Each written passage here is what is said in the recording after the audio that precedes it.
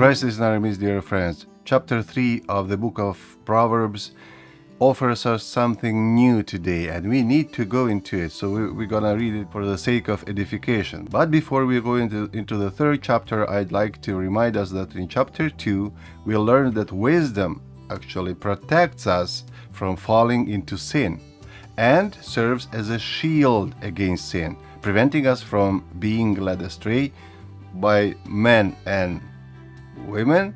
You remember that, right? So astray by wicked influences, so to speak, if we were to generalize it.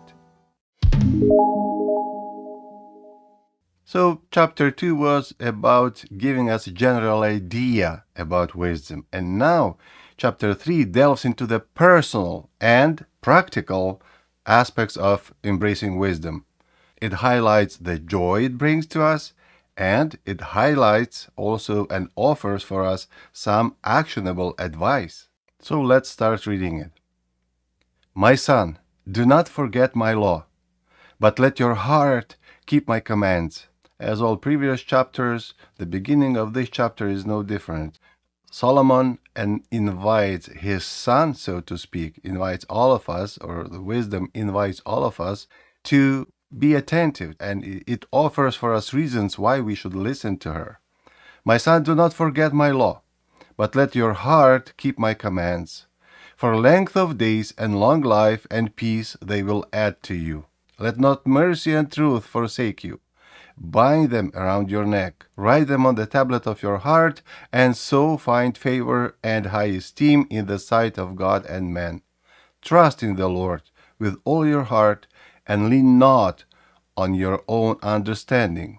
In all your ways acknowledge Him, and He shall direct your paths. Here we see that those who seek wisdom will inevitably find a deeper connection with God and a greater appreciation for His commandments. And by embracing this wisdom, one cultivates gratitude toward God, inviting further blessings into their lives. We'll read about it a little bit later. But first, do not be wise in your own eyes. Fear the Lord and depart from evil.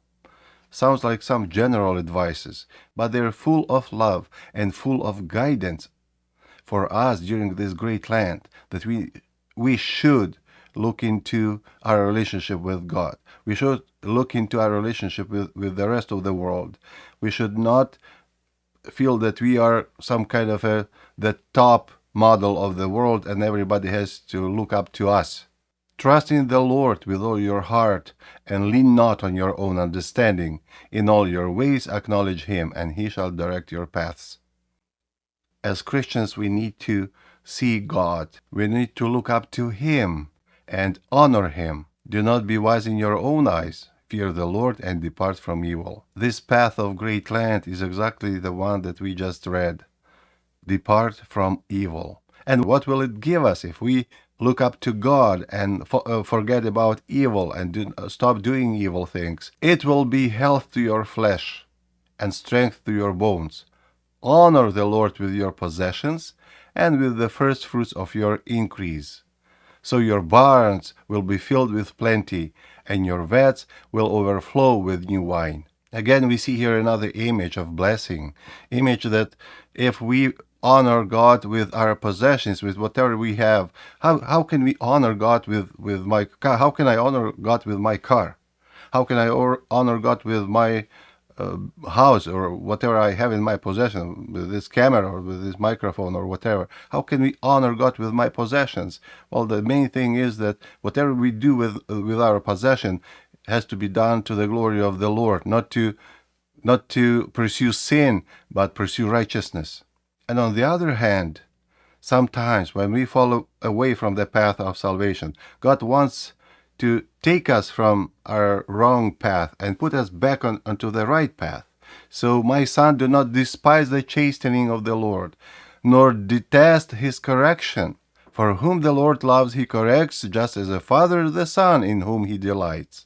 Isn't it great to learn that God has delight in us? Happy is the man who finds wisdom, and the man who gains understanding. For her proceeds are better than the profits of silver, and her gain than fine gold. She is more precious than rubies, and all the things you may desire cannot compare with her. So again, wisdom here is presented as a most precious possession at our disposal that we have ever had on this earth. And choosing wisdom over these material things, material wealth, proves to be the wiser choice. So a smart person should choose wisdom over silver because wisdom is more profitable. For us, the modern Christians who are undertaking the struggle of Great Lent, this message is particularly uplifting as it emphasizes the pursuit of spiritual enrichment during this sacred time. Through wisdom, believers can reconnect with their divine heritage and experience the profound love and wisdom. And the second part of chapter 3 is about invaluable practical guidance for applying wisdom in everyday life. Length of days is in her right hand, in her left hand riches and honor. Her ways are ways of pleasantness, and all her paths are peace. She is a tree of life to those who take hold of her, and happy are all who retain her. This great experience of wisdom brings us happiness, brings us understanding that we are born here not to die, not just be here merely for the sake of being here for this short period of time, 70 years, and if we have strength, 80 years. But wisdom offers us something that we cannot get anywhere else. Offers us understanding. It's like a tree of life that we understand that this life is just the starting point of life in eternity.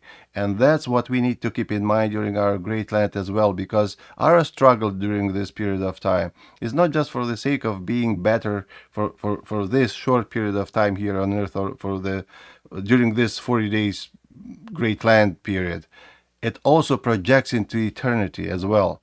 The Lord by wisdom founded the earth. By understanding he established the heavens. By his knowledge the depths were broken up, and clouds dropped down the dew. My son, let them not depart from your eyes. Keep sound wisdom and discretion, so they will be life to your soul and grace to your neck. Again, here is another consolation to our mind and to our soul and to our understanding of the reality we are in. The greatness of the Lord who founded this earth is immeasurable.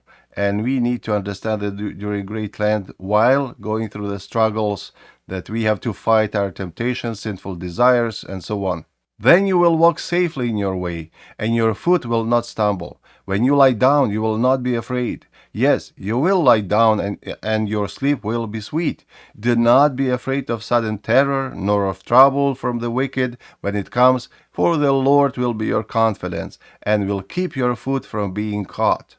Again, we are returning to the point where God tells us that wisdom will be as a shield for us, protecting us from all kind of bad things happening to us from the outside, to preserve us for the future life. And here we get some practical instructions as well. Do not withhold good from those to whom it is due, when it is in the power of your hand to do so. Do not say to your neighbor, go and come back, and tomorrow I will give it, when you have it with you. Do not devise evil against your neighbor, for he dwells by you for safety's sake. Do not strive with a man without cause, if he has done you no harm.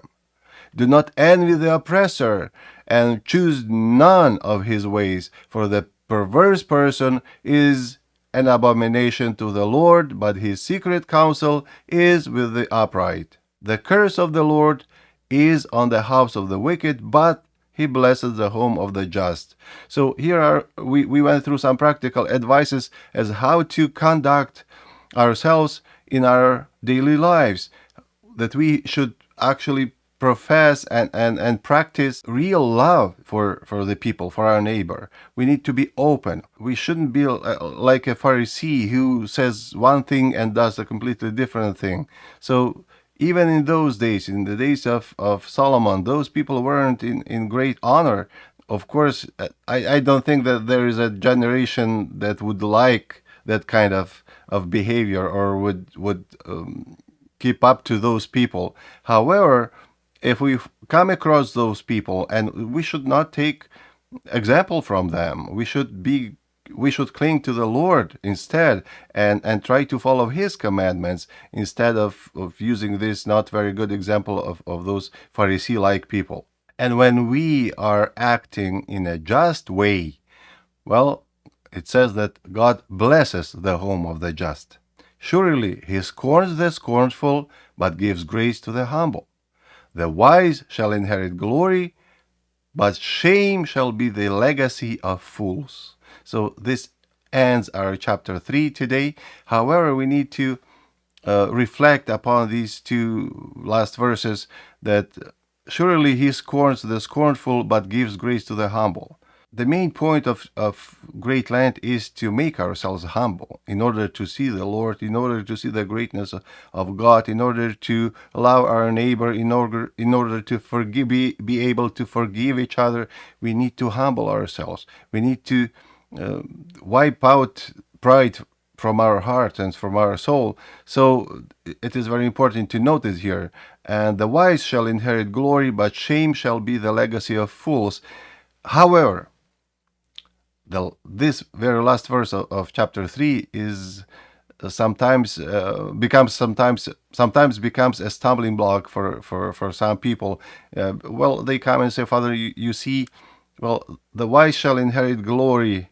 Well, all we see now around, what is happening around us, is that wise are oppressed and fools are, sorry, I'm using language of this chapter, but shame shall be the legacy of fools, those who do not see God and do not seek God.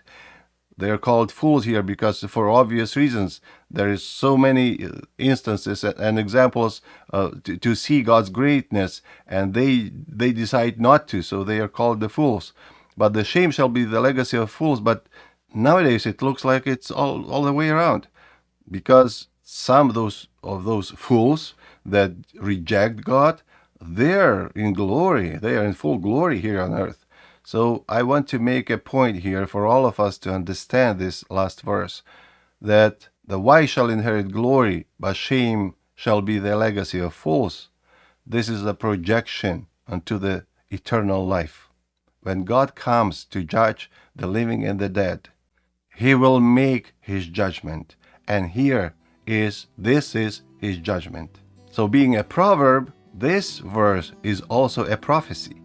So the third chapter, beside offering us an understanding how wisdom can give us some eternal or spiritual profit, it brings to us understanding of how to act, how should we live our daily life as well, some practical points for our edification and for us to follow. I pray that we become wise and share the glory of the Lord, so that we could always proclaim the truth about God and his truth forever. See you next time. Bye bye.